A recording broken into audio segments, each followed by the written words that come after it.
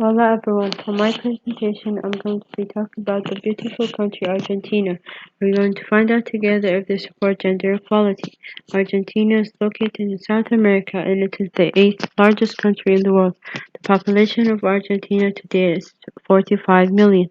The main language the Argentines speak is Spanish. There are a lot of cities in Argentina to visit, but the top 5 cities that are most visited are Buenos Aires, Mendoza, El Calafate, Puerto Madre. What's really unique about Buenos Aires is the port. The port is the biggest in all of South America. Each year it brings in millions of things that are sent all around the landmass. In reality, the port is so central to the city that citizens of Buenos Aires are called porteños, or people of the port. There are multiple activities for tourists to enjoy. Argentina is known for their tango dancing and is very popular in the country. In fact, La Gran Milonga National Festival is a special event that is a celebration of love for tango, and every December Argentines gather around and tango dance in the streets. Tourists will really enjoy this festival. The Teatro Colón, it is a 1908 grand opera house with almost 2,500 seats. The Malba Museum that displays Latin American art. Casa Rosada, and it is the mansion and office of the President of Argentina. Feria de San Telmo, and is one of the best antique markets in the world. You can find furniture, limited edition records, or even vintage bags. Here's a fun fact you probably did not know. Puerto Morena Glacier is the third largest freshwater source and also a glacier that is actually growing instead of shrinking.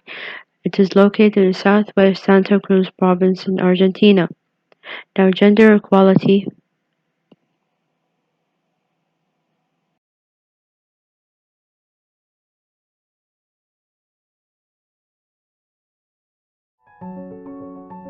Gender inequality doesn't make sense on any level. By marginalizing the rights of women, we deny ourselves the opportunity to lift millions of men, women, and children out of poverty, not to mention the chance of a just and fair world.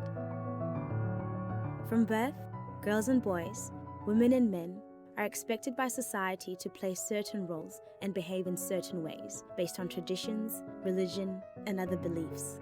These behaviors are learned and shape the gender norms in a society.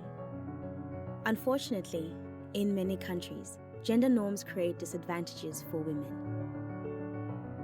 Often, girls are not sent to school. When they become women, they then have limited ability to earn money or realize their potential. Rural women play a major role in agricultural development. However, in many developing countries, women cannot formally own land. Without land, they cannot get loans to invest in their farms or businesses.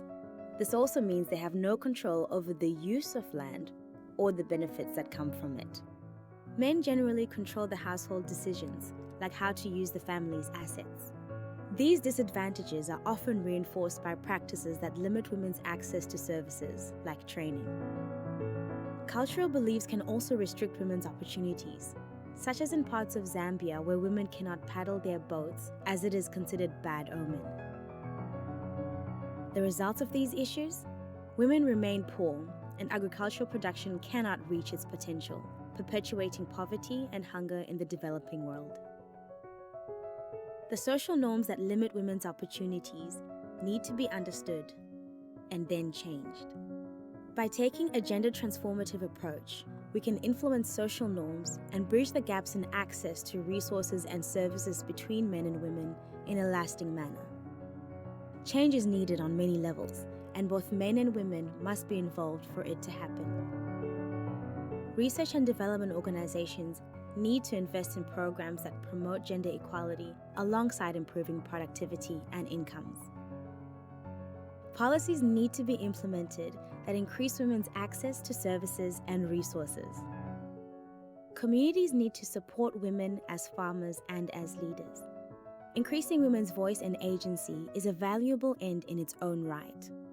When development organizations, policies, and communities support the success of women, we have a chance to reduce extreme poverty and boost shared prosperity for girls and boys, women and men around the world. Glenda Slingsby once said on International Women's Day, "Gender balance is not a women's issue, it's an economic issue." A new study by Ipsos shows that 62% of citizens believe that there are more advantages in being a man in Argentina than there are to being a woman. Women in Argentina still struggle to this day when it comes to gender equality. Even though women are doing better in education than men, most of them end up working in poorly paid jobs which will not support them and their children or families enough. Argentina today does support gender equality, but not enough, so the country still has a long way ahead to prove gender equality.